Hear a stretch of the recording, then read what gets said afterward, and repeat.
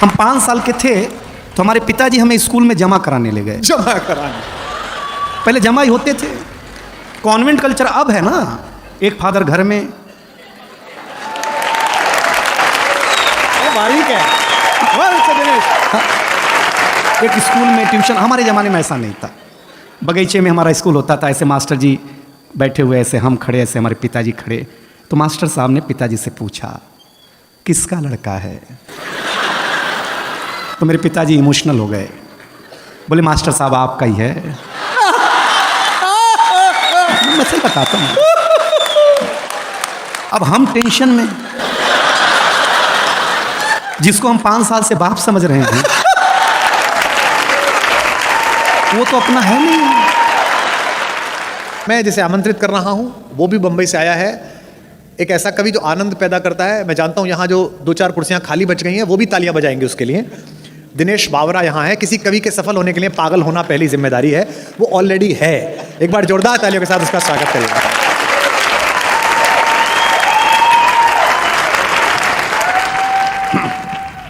Mic वाला नहीं आएगा, खुद को ही करना पड़ेगा। जी जी जी, कोई बात नहीं। मैं दिनेश बावरा हूँ। कल ही मैंने फ्लैट लेने को सोचा था दिल्ली में। कुमार विश्वास जी ने इतना ज्ञान दे दिया कि कैंसिल करना के सोच लिया भाई साहब। अब मतलब हद है, कोई बात नहीं, लेना अच्छी बात है। मैं माइक सेट कर लूँ पहले? नहीं, बहुत अच्छा है। ये एक समस्या बीच में जो ये फोकस लाइट है, हाँ, ये थोड़ी कम कर दो तो अच्छा लगेगा। हम लोग यूपी से आए हैं, इतनी लाइट का अभ्यास नहीं है हमें। अभ्यास कर लीजिए, नहीं तो बुलडोजर चल सकता है।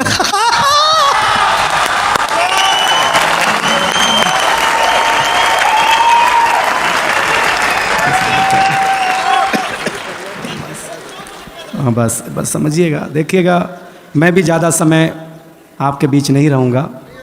हम स्टार्टर हैं। हाँ, ये ओपनर था, मैं बोतल हूँ।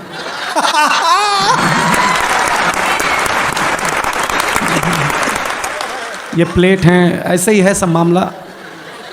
और इतने ये सारे लोग इसलिए हैं क्योंकि हमारे बीच रौनक है, इसलिए हम लोग आपके बीच हैं।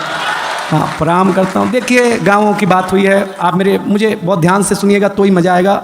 मैं अपने गांव के स्कूल में पढ़ने जाता था तो मैं बचपन में सबसे सुंदर बच्चा था। हाय हाय। हाँ, हाँ, टीचर बोलती थी तू पीछे नहीं बैठेगा, मेरे सामने बैठेगा, क्योंकि मैं सुंदर था। हाँ, मैं सामने बिठाया जाता था, लेकिन मुझे अच्छा लगा। देखिए, यहाँ लड़कियाँ हैं, महिलाएं हैं, सब हैं, लेकिन हम पुरुष बहुत नीट क्लीन में बिलीव करते हैं। अच्छा, हम स्वच्छता में भरोसा करते हैं। हाँ। बिलीव नहीं हो तो एक बात सुनो, हम पुरुष लोग नाई की दुकान में बाल कटा करके आते हैं, आकर के तुरंत नहाते हैं। कभी आपने किसी महिला को ब्यूटी पार्लर से आने के बाद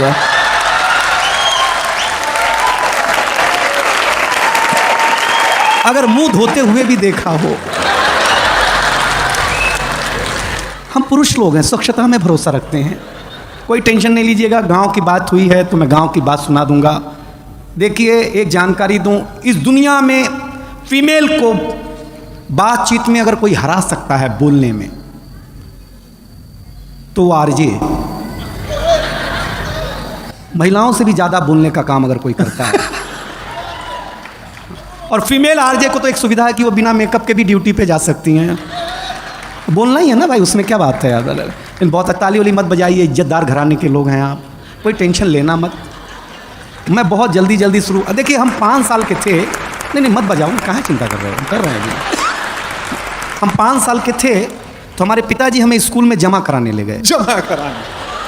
पहले जमा ही होते थे, कॉन्वेंट कल्चर अब है ना, एक फादर घर में। बारीक है। एक स्कूल में ट्यूशन, हमारे ज़माने में ऐसा नहीं था। बगीचे में हमारा स्कूल होता था, ऐसे मास्टर जी बैठे हुए, ऐसे हम खड़े, ऐसे हमारे पिताजी खड़े। तो मास्टर साहब ने पिताजी से पूछा किसका लड़का है? तो मेरे पिताजी इमोशनल हो गए, बोले मास्टर साहब आपका ही है। मैं सही बताता हूँ। अब हम टेंशन में, जिसको हम 5 साल से बाप समझ रहे हैं वो तो अपना है नहीं। सही बता रहे हैं आपको। मास्टर ने पहले दिन ही ब्लैक बोर्ड पे लिखा हिंदी, हिंदी के बगल में एक बिंदी लगाई। हमने मास्टर से पूछा ये बिंदी क्या है? बोले अनुस्वार है। हमने कहा सर रविवार सुना, सोमवार सुना, मंगलवार सुना, ये अनुस्वार? बोले ये हिंदी का श्रृंगार है। हम घर आए तो हमारी चाची ने बड़ा सा अनुस्वार लगा रखा था। हमने चाची से पूछा ये क्या है? चाची ने बोला बेटा ये चाचा हैं। हमने कहा चाचा है? हम कंफर्म करने के लिए भाभी के पास गए। हमने कहा भाभी ये कौन है? बोले बाबू ये भैया हैं। मैडम हमारा माथा खराब हो गया। हम शाम को वॉश बेसिन में मुंह धो रहे थे तो देखा चाचा नल की टोंटी से चिटका हुआ है। वॉश बेसिन के आईने पे चिटका हुआ है। चाचा को जब मैं कमोड पे चिटका हुआ पाया भाई साहब, मैं सच बताता, सवेरे हम कहीं भी लगा, ये हमारी क्या मार्केट वैल्यू है यार? कुमार विश्वास जी हमें पहली बार अमेरिका ले गए, फर्स्ट टाइम। हमको अंग्रेजी उतनी ही आती है जितनी लालू जी को आती थी। हम गए तो अमेरिका एयरपोर्ट इतना बड़ा, हम घूमने में थक गए तो डॉक्टर साहब आए, बोले दिनेश थक गए हो, जाओ पानी पी लो। हम पानी पीने गए एयरपोर्ट पे, हमको नल ही नहीं समझ में आया, इसमें पीना कैसे है? तो डॉक्टर साहब आए, PhD हैं, बोले हाँ एयरपोर्ट है, अमेरिका है, टेक्नोलॉजी का देश है, ऐसे बटन दबाओ ऐसे पानी आएगा, पी लेना। रौनक भाई हमने बटन दबाया, पानी आया, कुत्ते जैसा पानी पिया भाई, समय से बताता हूं आप लोग। ताली बजाओ यार, मैं मजाक नहीं कर रहा, आपका आनंद लगा ना? कुत्ते जैसा भाई साहब, 1 मिनट में कुत्ता बना दिया उसने। हमने कहा आज तो इसकी छुट्टी, दोस्ती कर ली हमने। जिसने कुत्ता बनाया था वहाँ के एक आदमी से, वो हमारे गांव आया, हम तुलसी माता के पास ले गए। हमने कहा ये हमारी अम्मा है। उसने तुलसी माता के पौधे को उखाड़ा, पत्ते पत्ते अलग कर दिए, बोले ये तुम्हारी अम्मा। हमारे भीतर का नोएडा जगह, हम उसको एक खुजली के पेड़ के पास ले गए। हमने कहा पिताजी से मिलो। उसने पिताजी को उखाड़ा, पिताजी ने ऐसा कार्यक्रम दिखाया, उसके बाद से ही सारे अंग्रेज लाल पैदा होने लग गए, पहले काले पैदा हुआ करते थे। हम सच बताते हैं आप लोगों को। लेकिन ये रेड FM, अभी तक तो मैंने आपके चेहरे पर मुस्कुराहट बांटने की कोशिश की है, लेकिन मैं इस महफिल को जवान करना चाहता हूं। देखिए नौजवानों, मेरी एक सलाह मानना, हमेशा लव मैरिज करो, लव मैरिज। क्योंकि लव मैरिज और अरेंज मैरिज में डिफरेंस है। लव मैरिज में अपने ही गर्लफ्रेंड से शादी होती है,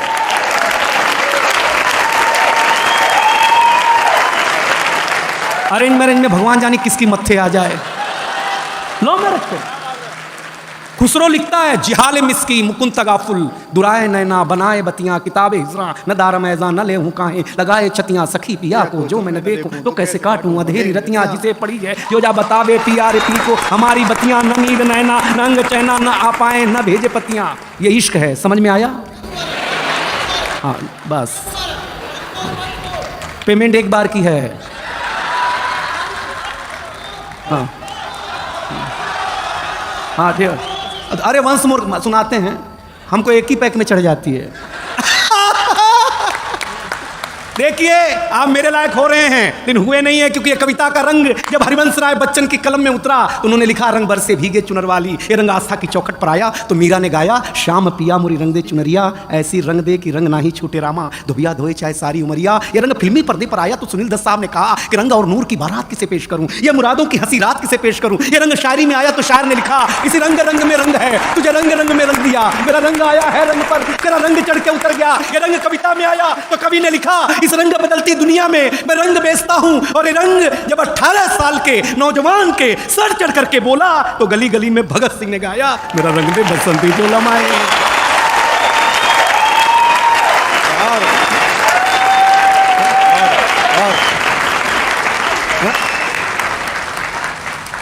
ये ताली पहले बजा देते तो इतना खून खराबा नहीं करना पड़ता यार। ये समझते नहीं है यार ये लोग। लेकिन आप सचमुच अच्छा सुन रहे हैं, बहुत बढ़िया सुन रहे हैं।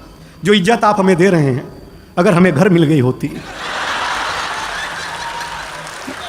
तो इतना दूर झक मराने आते भाई साहब तर से। लेकिन बहुत अच्छा है, मैं एक कविता सुनाने का मानस है। आप डॉक्टर साहब, एक ऐसी कि मेरे नौजवान दोस्तों, मैं भी नौजवान हूं, एक निवेदन करता हूं, किसी भी चीज की आपके जीवन में उपयोगिता उतनी होनी चाहिए जितना काम हो। तब एक कविता आपको हंसाया हूं, सुनिएगा, क्योंकि हमारे गांव की कविता सुनाई रोहित शर्मा जी ने। डॉक्टर कुमार विश्वास का जादू अभी आपके ऊपर छाने वाला है। सुदीप भोला जी आने वाला है। हमारी बहुत अच्छी गज़ल गो बैठी हुई हैं।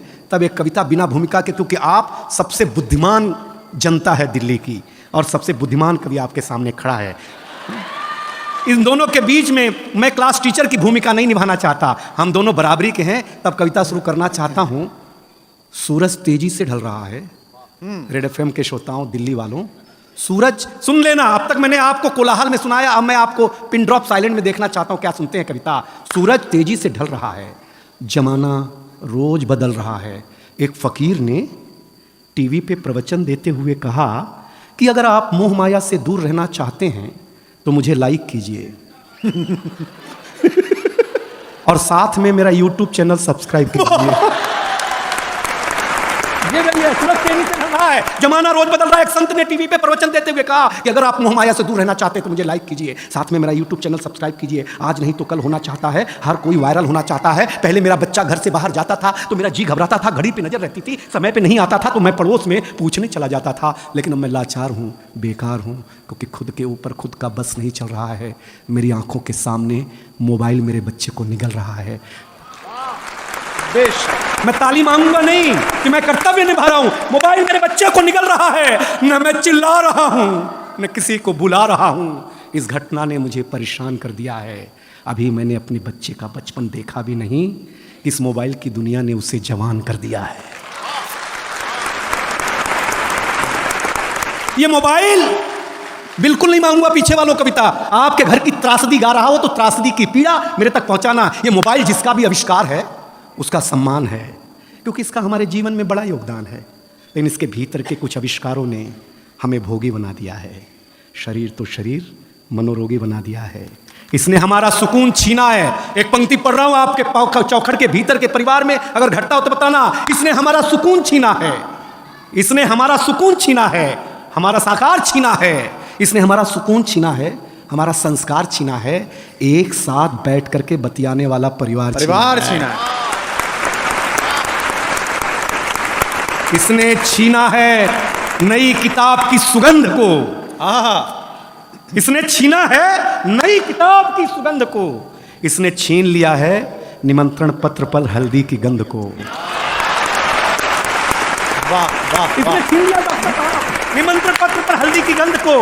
इसने घूंघट छीना है, हर रात छीना है, चैट की आड़ में संवाद छीना है। पढ़े लिखे लोगों जरा दो पंक्ति समझ जाना तो बताना। चैट की आड़ में संवाद छीना है। आप कहेंगे कि ये सब नुक्ता चीनी है, लेकिन भाई साहब कलेजे पे हाथ रख करके सोचेंगे तो कलेजा फट जाएगा, क्योंकि इसने आपके जीवन जीने का आधार अर्थात उत्सुकता छीनी है। इस दुनिया ने, अगली पंक्ति आ रही है, संभाले रेड एफएम की जनता, इस दुनिया ने कुछ अजीब सा परोसा है। आज हमें गुरु से ज्यादा गूगल पे भरोसा है। आज हमें गुरु से ज्यादा गूगल पे भरोसा है। गूगल पे भरोसा, ये जो विज्ञान है इसके पास शरीर के रोगों का समाधान है, ना आत्मा का नाद है, न सुकून की बोली है। सुलाने के लिए तो बहुत कुछ है इसके पास, लेकिन जगाने के लिए नहीं, एक छोटी सी गोली है।